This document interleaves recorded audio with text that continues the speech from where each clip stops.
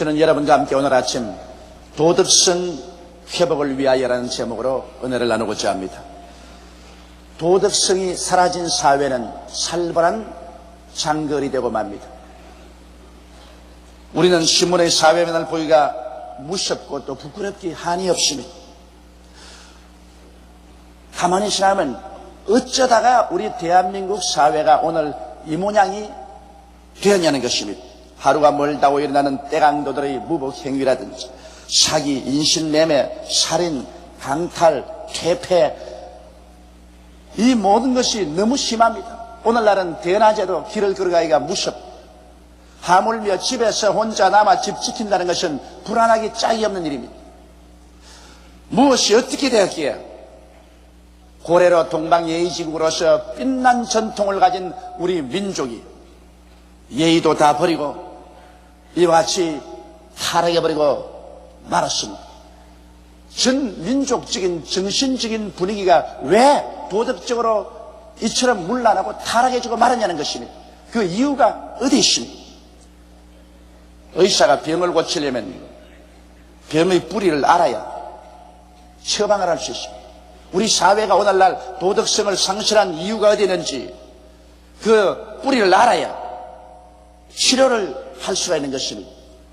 오늘 저는 여러분과 함께 이와 같이 우리 사회가 도덕성을 상실한 분위기 속에 떨어질 수밖에 없었던 그 이유를 함께 알아보고 그 처방을 우리 하나님 앞에서 구해야 될 것인 것입니다. 첫째로 우리 민족이 도덕성을 상실한 것은 우리 한국을 다스리는 역대 정권 때문인 것입니다. 나라를 다스리는 정부가 국민의 지지를 받는 정당한 절차를 밟아 탄생하지 않고 부정한 힘, 즉 총칼에 의해서 나라의 정권을 탈취하고 강압에 의해서 국민을 다스리게 될 때 그런 나라는 도덕성을 상실하게 됩니다. 그런 나라에 대해서 국민들이 마음속으로 존경하지 않습니다. 그와 같은 정부가 불법으로 탈취한 정권을 유지하기 위한 수단으로서 아무리 국민들 보고 법을 지켜라, 질서를 지켜라, 정의사회를 구현한다, 도덕성을 함양해라고 외쳐도 국민들은 그와 같은 법과 질서에 대해서 깊은 회의를 가집니다. 불신하게 되고 국민 마음에서 저항을 하게 되는 것입니다. 그와 같은 환경에서 국민들이 느끼는 것은 이제 이 세상에는 정의나 윤리나 도덕이나 질서라는 것은 있을 수가 없다. 주먹만 있으면 되고 힘만 있으면 된다. 총칼만 사용하면 정권도 탈취해서 자기들 마음대로 구복을 치운다. 이러한 환경에서 저들이 법을 지켜라, 질서를 지켜라, 정의를 지켜라 이런 말은 국민들에게는 아무런 의미도 없게 되고 마는 것입니다. 그래서 국민들의 마음속에 힘이 정의다. 힘만 있으면 제일이지 도덕이나 질서라는 것은 아무 의미가 없는 말이다. 이렇게 느끼도록 사회 분위기가 조장되어 버리고 마는 것입니다. 이처럼 도덕성을 잃어버린 정권은 오직 국민들의 냉소의 대상밖에 되지 않습니다. 이러한 분위기로 하여금 우리 국민들이 정부는 자기 마음대로 노는데 우리만 정의를 가지고 우리만 도덕성을 지키라는 법이 있느냐. 그래서 국민들 전체의 분위기가 와야 되고 도덕성을 포기해버리고 맙니다. 법과 질서에 대해서 존경심을 국민 스스로부터 다 빼앗겨버리고 마는 것입니다. 그 때문에 사회 속에서 폭력과 무질서가 줄다름질 치게 만들어버리고 마는 것입니다. 국민이 불도덕한 정부에 대한 존경을 잃어버릴 때 그 정부가 제정한 법과 질서는 웃음거리밖에 되지 않습니다. 우리나라는 해방된 이후로부터 시작해서 제5공화국에 이르기까지 한 번도 진실로 국민에 의한, 국민을 위한 국민의 정부가 세워진 적이 없습니다. 계속해서 폭력과 혁명을 통해서 총칼로서 정권이 탈취되었습니다. 그렇게 정권을 탈취한 사람들은 그 정권을 탈취한 그 위에 모든 특권을 다 누렸었습니다. 이런 것을 보고 있는 국민들의 마음에 불신임과 저항감이 일어나지 아니할 수가 없는 것입니다. 합법적이고 도덕성의 바탕에 선 정부가 서지 못한 이상 국민이 그런 정부를 존경할 리가 없습니다. 여러분 과거를 생각해 보십시오. 해방되고 난 다음에 설립된 자유당 정부는 이승만 대통령의 무서운 독재하에서 이끌려갔었습니다. 국민의 이사라는 것은 제껴놓고 국민을 오직 조작해서 독재 정권의 연장의 도구로 사용했었습니다. 거기에서 상처를 입은 상황에서 4.19라는 학생 위기가 일어났었습니다. 그래서 자유당 정권이 무너지고 반짝 민주당 정권이 들어서서나 서로 시기하고 내적으로 분열하고 투쟁하다가 5.16 군사 쿠데타에 의해서 무너져버리고 말한 것입니다. 그래서 다시 한번 정권은 총칼로 빼앗긴 바되고 총칼로 빼앗은 그 토대 위에서 강압적으로 나라를 다스리게 되었습니다. 그러니 국민들이 그런 정부에 대해서 충심으로 신뢰하고 충성할 수가 있겠습니까? 그 위에 공화당 정권의 박정희 대통령이 비극적으로 시에 대해서 종말을 구하고 잠시 동안 서울의 봄이 오는가 했더니 진실로 자유민주주의가 뽑히는가 했더니 또다시 제9공화국은 정치군인들의 무력에 의하여 국민의 지지 없이 설립되어 버리고 말한 것입니다. 이와 같은 부정과 비리와 폭력으로 계속된 정권에서 정의나 도덕이란 버림받은 힘없는 자의 비굴한 언어로 변화되어 버리고 말한 것입니다. 그러므로 오늘날 우리가 보는 이 사회의 윤리와 도덕성의 타락은 역대 정권의 부도덕성 때문에 생긴 고질적인 병폐입니다. 우리 한국 예속담 있지 않습니까? 윗물이 맑아야 아랫물도 맑다. 윗물이 흙탕판인데 그건 내버려 놓고 아랫물인 백성들만 정의롭게 살아라. 윤리와 도덕을 지키고 살아라. 정의를 구현하고 살아라. 이렇게 말하는 것은 위선적이고 허탄하게 짝이 없는 말인 것입니다. 총칼로 빼앗은 정권에서 빚어진 엄청난 부정과 비리를 보는 국민들의 마음은 낙심되고 울분되고 그리고 타락하는 것입니다. 나라가 이 모양이 이 꼴인데 우리만 스스로 법과 질서를 지키고 살라는 것이 무엇이냐. 이러한 정신적인 분위기가 우리 사회에 팽배해지기 때문에 오늘날 법도 없고 질서도 없습니다. 윤리도 없고 도덕성도 사라졌습니다. 더구나 젊은이들 사이에는 다스리는 자들이 정권을 총칼과 주먹으로 빼앗으는데 우리가 주먹과 총칼을 쓰지 말라는 법이 어디느냐. 우리도 폭력을 써서 무제한으로 저항할 수 있다.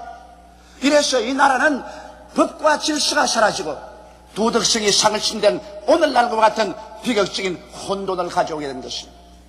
사람들은 젊은이들을 싫다하고 국민들의 도덕적인 심령이 타락하는 것을 개탄하고 있습니다. 그러나 여러분, 젊은이들이나 국민들을 싫다하기 전에 먼저 지금까지 해방 이후 나라의 정권을 잡고 온 역대 정권이 진실로 책임을 지지 않으면 안 되는 것입니다. 오늘날 계속해온 우리 정권이 한 번이라도 국민의 지지를 받고 국민의 사랑을 받고서 세워져서 그 정권 자체가 정의사회를 구형하고 법과 질서를 지키며 도덕성을 가진 정치를 현직이 인하는 것입니다. 위에서는 안 하면서 밑에 사람들은 그렇게 하라고 한다고 해서 그것이 준행될 리가 만무한 것입니다. 그러므로 오늘 현실 한국 사회 이와 같은 도덕성 상실은 역대 정권의 책임이 있는 것입니다.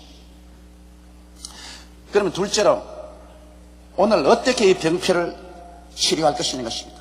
깊이 병들은 이 사회를 어떻게 치료할 것인지.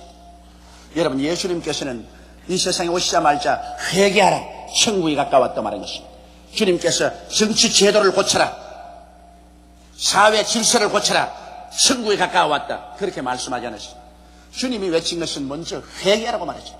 회개하라, 철저히 죄를 파헤치고 철저히 회개하라. 그러면 천국의 새로운 질서가 온다고 말한 것입니다. 우리 한국에 지금 필요한 것은 과거에 대한 철저한 비평과 회개가 필요한 것입니다. 과거를 덮어버리고 호도하고 새로운 질서와 새로운 세계를 이끌어내겠다는 것은 어리석기 짝이 없습니다. 이것은 절대로 성사 불가능한 일인 것입니다. 연말에도 썩은 나무에는 조각을 못한다고 말했습니다. 썩은 나무를 가지고 어떻게 조각합니까? 또 썩은 흙을 가지고서 담을 못 친다고 했습니다. 십창이 없기 때문에 담이 쳐이지 않습니다. 썩은 과거를 그대로 두고서 새로운 나라, 새로운 질서, 새로운 도덕성을 회복시킨다는 것은 있을 수 없는 일 것입니다. 우리 몸이 병들었을 때 약간 찰과상 같은 병이 들었었으면 그거는 간단하게 소독하고 약을 바르고 붕대를 바르면 됩니다만, 깊이 암에 들었었을 때 그것은 소독하고 약만 바른다고 절대로 낫지 않습니다. 속으로 골 맞추고 나주는 생명까지도 빼앗깁니다. 중대한 수술을 해야 되는 것입니다. 암이 들었으면 암 부위를 철저히 수술해서 잘라내야 되는 것입니다. 이런 수술이 없이 호도책으로 붕대만 감아놓는다고 해서 그 병이 나을 리가 만무한 것입니다. 그렇기 때문에 오늘 우리 국민에게 필요한 것은 우리 역대 정부를 책임지고 현 정권에서 철저히 회개가 있어야만 되는 것입니다. 우리는 현재 국민들의 합법적인 투표에 의하여 세워진 제6공화국 시대에 살고 있는 것입니다. 다행히도 지금 우리가 살고 있는 6공화국은 그래도 국민 투표에 의해서 설립된 도덕성이 회복된 정부인 것입니다. 그러나 이 6공화국이 국민의 지지와 존경을 받기 위해서는 제5공화국과의 철저한 단절이 있어야만 되는 것입니다. 국민의 지지와 존경을 받지 못하는 정부는 아무런 공권력도 사용할 수 없습니다. 오늘날 정부가 무슨 말을 해도 공권력이 사용되지 못하는 이유가 오늘 국민들이 제6공화국조차도 신뢰하지 않고 있기 때문인 것입니다. 왜냐하면 제6공화국이 지나온 과거의 모든 정권의 비리와 잘못을 철저히 파헤치고 여기에 대한 철저한 회개가 일어나야 국민들이 거기에 공감하게 되고, 그래서 국민들이 도덕성을 회복한 정부에 대한 신뢰를 주고 존경을 가져올 때 비로소 국민 가운데도 도덕성이 회복되기 시작하는 것입니다. 도덕성을 회복하지 못한 정부는 결코 국민의 존경과 지지를 받을 수가 없습니다. 정부가 도덕성을 회복하면 국민들도 도덕성을 회복할 수 있게 되는 것입니다. 그렇기 때문에 지금 우리 한국에 필요한 것은 적당히 호도책으로 국민들의 눈을 속이고 정치적인 권모술수로서 넘어가려고 해서는 안 됩니다. 그렇게 해서는 이 정권도 국민의 버림을 받고 마는 것입니다. 오늘날 이 6공화국이 진실로 도덕성을 회복하고 국민의 존경을 받고 법과 질서를 세우는 이러한 모범이 되고 전 국민들 가운데서 도덕성의 분위기를 회복하기 위해서는 철저하게 오공비리를 통해 자복해야 되는 것입니다. 오공비리를 파헤칠 대로 파헤쳐서 수술할 대로 수술을 해야 되는 것입니다. 책임자는 내버려 놓고 송사리들만 잡아서 눈 감고 아웅 하는 식으로 감옥에 가둬봤자 이것이 문제 해결이 되는 것은 아닙니다. 우리 한국을 사랑하고 민족을 걱정하는 사람은 이 문제에 관해서 철저하게 대처해야 됩니다. 왜 전두환 전 대통령이 백담사에 엎드려만 있습니까? 오늘 신문에 보니까 100일 참회 기도를 한다고 하는데 100일 참회 기도가 국민의 상처를 낫게 할 수가 있습니까? 그 당사자가 국회 청문회에 나와야만 되는 것입니다. 그 당사자가 이 문제를 밝혀야 돼요. 백날 기도가 아니라 첫날 기도해도 부처도 안 들어줄 겁니다. 국민의 마음이 안 들어주는데 부처가 왜 들어줘요? 실제로 나와서 국회 청문회에서 오공비리를 책임지고 해명해야 되고 광주에 죽은 원한의 영혼들을 잠재워 줄 수 있는 근원적인 문제가 해결돼야 되는 것입니다.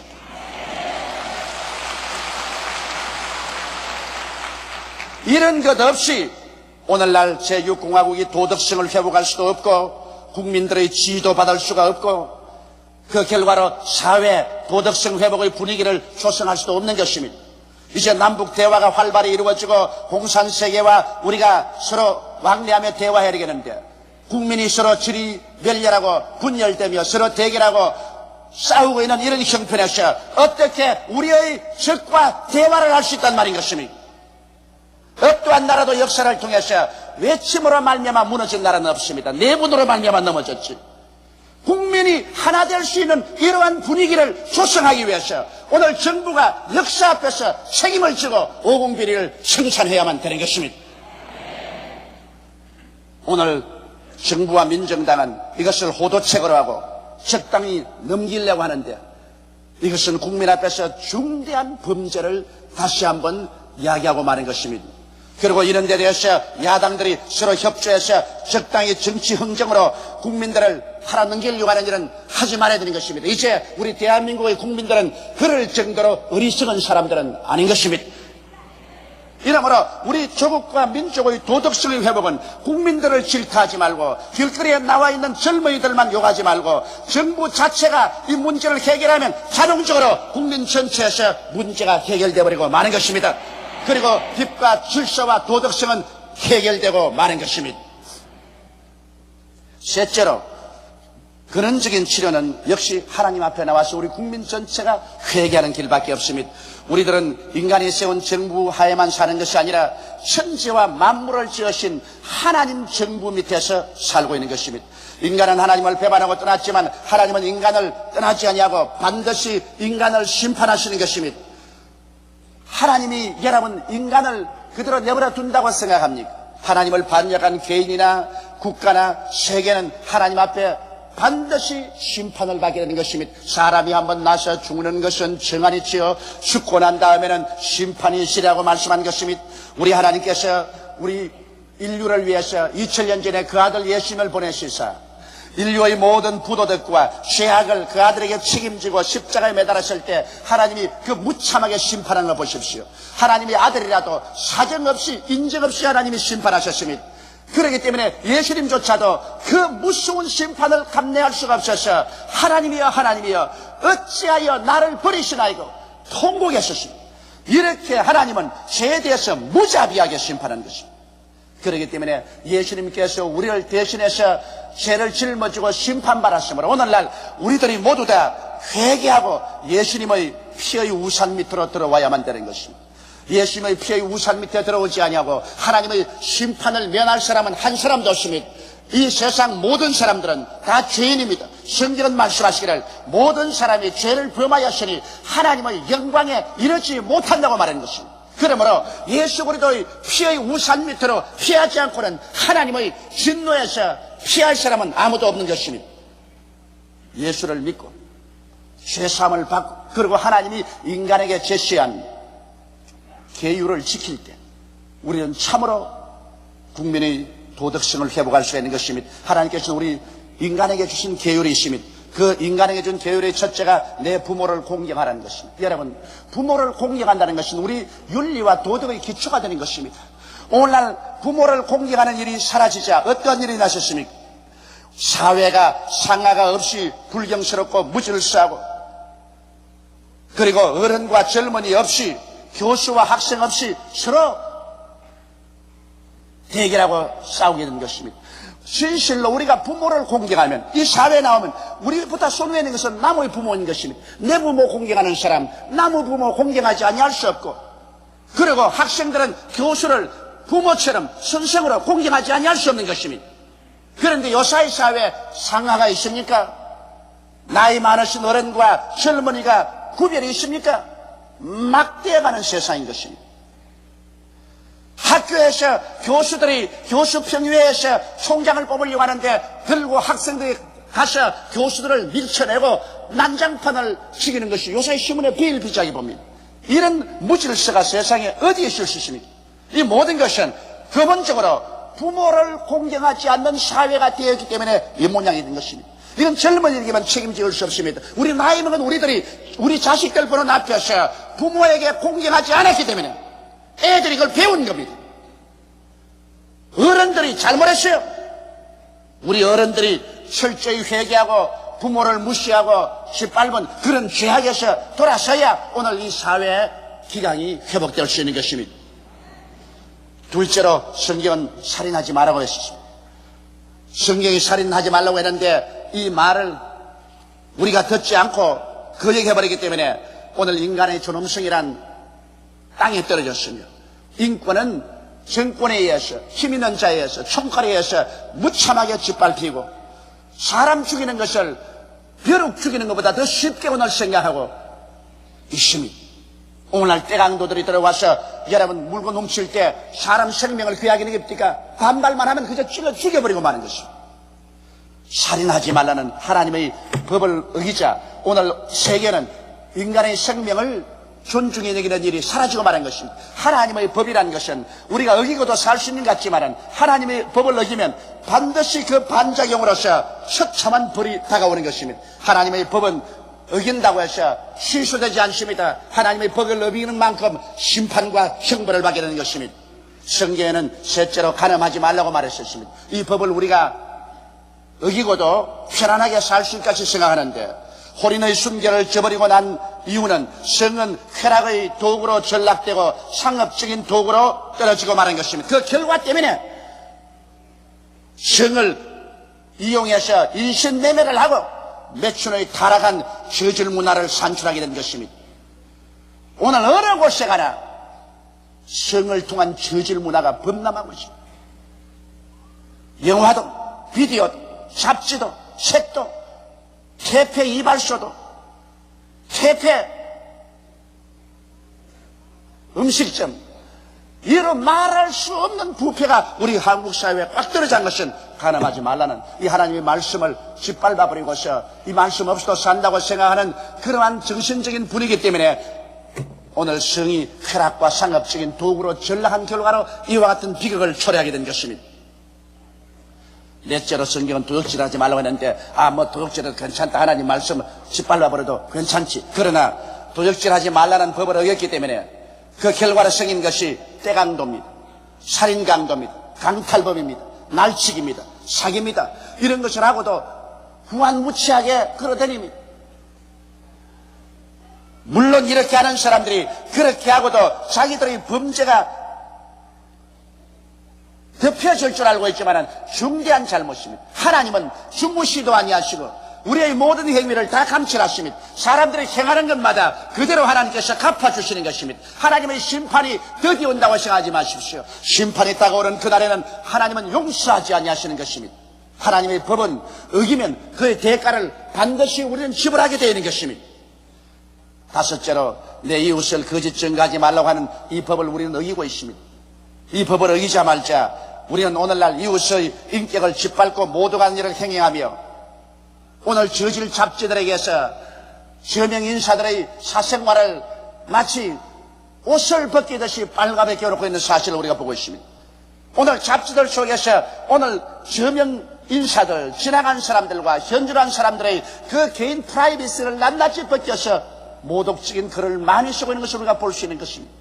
이러한 것이 사회의 분위기를 어지럽게 하고 사람들을 서로 불신하게 만들고 신뢰감을 상실하게 만듭니다. 그런 것을 읽은 젊은이들이 사회 지도자들을 신뢰할 리가 없으며 어른들과 부모들을 존경할 리가 만무한 것입니다. 그러므로 이 하나님의 계율을 어김으로 말미암아 거기에 대한 심판이 우리의 가정과 우리의 사회 속에 홍수처럼 범람해 오는 것입니다. 여섯째로 내 이웃을 탐하지 말아야 했는데 이웃이 조금만 짤때면 시기하고 분노하고 질투합니다. 모함하고 모략하고 중상합니다. 이런 것을 통해서 우리는 사회에 무서운 계층이 형성되고 서로 대결의 양상이 이루어지는 것입니다. 서로 협조하고 서로 동조하고 앞에서 끌어주고 뒤에서 밀어주는 이러한 사랑의 운동이 사라져버리고 마는 것입니다. 내 이웃을 탐하지 말라는 이 계명을 어길 때 우리 사회는 시기, 질투, 모함, 모략, 중상으로만 꽉 들어차고 말 것인 것입니다. 하나님이 인간 세계에 주신 이 계명은 우리가 짓밟아버리고 어겨도 좋다고 생각하면 안 됩니다. 이는 마치 벼랑에 쳐놓은 철책과 같습니다. 벼랑에 철책을 쳐놓은 것은 벼랑에 떨어지지 말라고 쳐놓은 것이지 우리의 행동을 제한하기 위해서 그렇게 한 것은 아닙니다. 그 철책을 무시하고 걸어가면 영원히 떨어져버리고 죽어버리고 마는 것입니다. 하나님께서 우리에게 계명을 주신 것은 그 계명을 어길 때 우리의 사회가 도덕 부재가 되고 처참한 것이 될 것이기 때문에 하나님께서 그것을 맞는 철책으로서 이 도덕률을 준 것인 것입니다. 이러므로 우리는 이 세상에서 정말 질서 있고 평안하게 도덕성을 회복하고 살기 위해서는 부모를 공경하고 살인하지 말고 간음하지 말며 도적질하지 말고 이웃을 거짓 증거하지 말며 이웃을 탐하지 마는 이러한 도덕률을 지키면서 살아야 될 것입니다. 하나님은 부도덕한 국가도 국민도 개인도 역사적으로 또 영원히 반드시 심판하시는 것입니다. 오직 살아나갈 길은 회개밖에 없는 것입니다. 죄악을 청산하는 길은 통에 자복하고 예수님 앞으로 나오는 길밖에 없습니다. 예수님만이 우리의 죄를 대신해서 십자가를 걸머지고 그 고통을 통해서 몸짓고 피를 흘리셔서 죄를 청산하시고 부활하신 것입니다. 예수님을 믿어 용서와 구원을 받고 하나님을 두려워함으로 주신 계명을 지키고 살아갈 때 참으로 도덕성이 회복되고 질서가 있고 정의가 넘치는 사회를 구현할 수 있는 것입니다. 이러므로 오늘 이 시간 비로소 진정한 의미에서 개인이나 집단적인 도덕성이 회복되는 길은 회개와 예수 그리스도를 믿는 길밖에는 다른 길이 없습니다. 우리는 진실로 마음을 다해서 우리 나라를 다스리는 정권을 주도하는 자들이 참으로 회개하고 과거를 전부 파헤쳐 청산하고 진실한 의미에서 수술하고 치료를 받고 하나님의 축복을 받아서 정부 자체가 도덕성을 회복하고 그것이 온 국민 전체 속에 마치 바람같이 불어와서 국민들의 심성이 변화되기를 바라고 그리고 국민 한 사람 한 사람이 하나님 앞에 나와서 회개하고 자복하고 도덕성을 회복하고 구원을 받고 그리고 하나님의 뜻을 따라 사는 우리나라와 민족이 될 것을 우리 간절한 마음으로 기도드리십시다. 다 같이 고개 숙여 기도드리겠습니다. 거룩하시고 영광스러우신 우리 아버지 하나님, 도덕성을 회복하지 못하면 정부도 망하고 나라도 망하고 맙니다. 더구나 우리의 오랜 적이었던 공산주의자들과 대화를 주신하고 있는 이 마당에 내부적인 갈등과 분열을 가지고는 국민의 합일된 이 사 속에서 대화를 할 수도 없는 것입니다. 하나님 아버지, 우리나라와 민족을 불쌍히 여겨 주시옵소서. 제6공화국 대통령과 당뇨와 민정당과 지도자들이 지금까지 걸어온 모든 정권의 비리를 호도하려고 하지 말게 도와주시옵소서. 국민을 속이려고 하지 말게 도와주시옵소서. 또다시 조작, 술수 정치를 하지 말게 도와주시옵소서. 진실로 하나님 앞에 국민 앞에서 모든 것을 파헤쳐놓고 회개하게 도와주시옵시고 돌이켜 변화를 받게 도와주시옵소서. 아버지 하나님, 윗물이 맑아져서 아랫물이 다 맑아지는 이러한 역사적인 변화가 우리 한국에 다가오게 도와주시옵소서. 우리 아버지, 우리 교회로부터 위시해서 우리 민족 전체가 하나님 앞에서 진실로 땅을 치고 회개하고 우리가 하나님의 계명을 어긴 죄를 다 주 앞에 토해놓게 도와주시옵소서. 예수 그리스도의 십자가의 보배로운 피로 씻음을 받고 하나님의 계명을 지키면서 살아가는 우리 성도와 우리 국민이 되게 우리 하나님이여 도와주시옵소서. 오 하나님이여, 오른팔의 능력으로 우리를 붙들으셔 이끌어 주시옵소서. 우리 주 예수님 이름으로 기도드리옵나이다. 아멘.